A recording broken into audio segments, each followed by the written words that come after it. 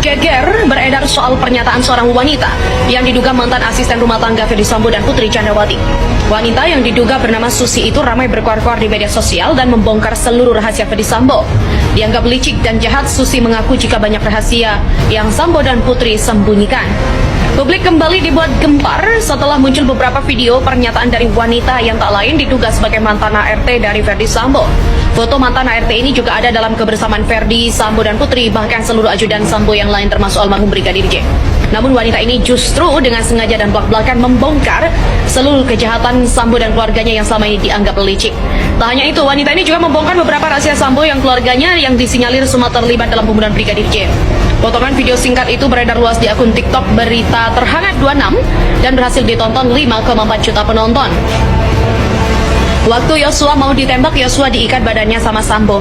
Dalam pintu rahasia itu dibuka, di dalamnya banyak laki-laki polisi semua yang dibunuh dan diambil organ tubuhnya semua, kata wanita yang diduga ART Sambo itu.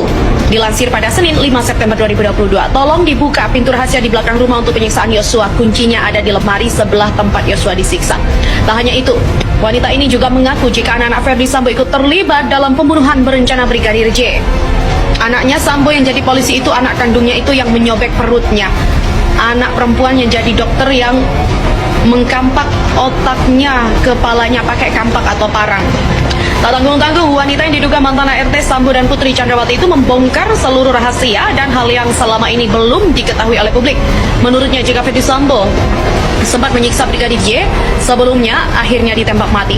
ART Ferdy Sambo bernama Susi juga turut menjadi saksi dalam kasus pembunuhan Brigadir J. Saat di Magelang, Susi mengaku melihat Putri menangis di kamar mandi. Diduga Putri terjatuh di kamar mandi setelah peristiwa dugaan pelecehan seksual itu terjadi. Dikutip dari Kompas.com, hal itu disampaikan Komisioner Komnas Perempuan Siti Aminah Tardi. Siti Aminah menjelaskan bahwa Putri bersama rombongan sudah berada di Magelang sejak 2 Juli. Rencananya mereka akan menginap di sana hingga 11 Juli 2022. Saat di Magelang, Ferdy dan Putri sempat merayakan hari ulang tahun pernikahannya serta mengantarkan anaknya ke sekolah di Magelang.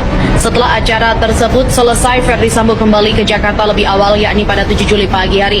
Sementara itu, Putri bersama sejumlah ajudan lain juga masih tinggal di Magelang. Putri mengaku lebih banyak menghabiskan waktu di kamar karena kurang enak badan. Pada sore harinya, Putri mengaku mendapat tindakan yang disebut sebagai pelecehan dari Brigadir J. Setelah kejadian itu, Susi yang merupakan ART Putri mendengar suara tangisan dari dalam kamar mandi. Saat dihampiri, Susi terkejut karena menemukan Putri dalam kondisi terjatuh di depan pintu kamar mandi. Kemudian, asisten rumah tangga lain yakni Kuat Ma'ruf membantu Putri kembali ke kamar. Saat itu dalam rumah tidak ada orang selain Brigadir J, Kuat, Susi, dan juga Putri. Disebutkan bahwa Putri sempat menghubungi Ferdy Sambo terkait kejadian yang disebutnya sebagai pelecehan. Namun Putri tak menjelaskan secara detail dan menceritakannya saat sudah tiba di Jakarta. Putri dan rombongan kemudian memutuskan pulang ke Jakarta pada keesokan harinya, yakni 8 Juli 2022.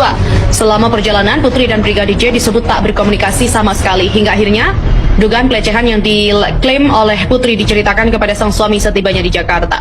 Hal itulah yang disebut sebagai pemicu kemarahan Ferdy Sambo hingga berujung pembunuhan terhadap Brigadir J.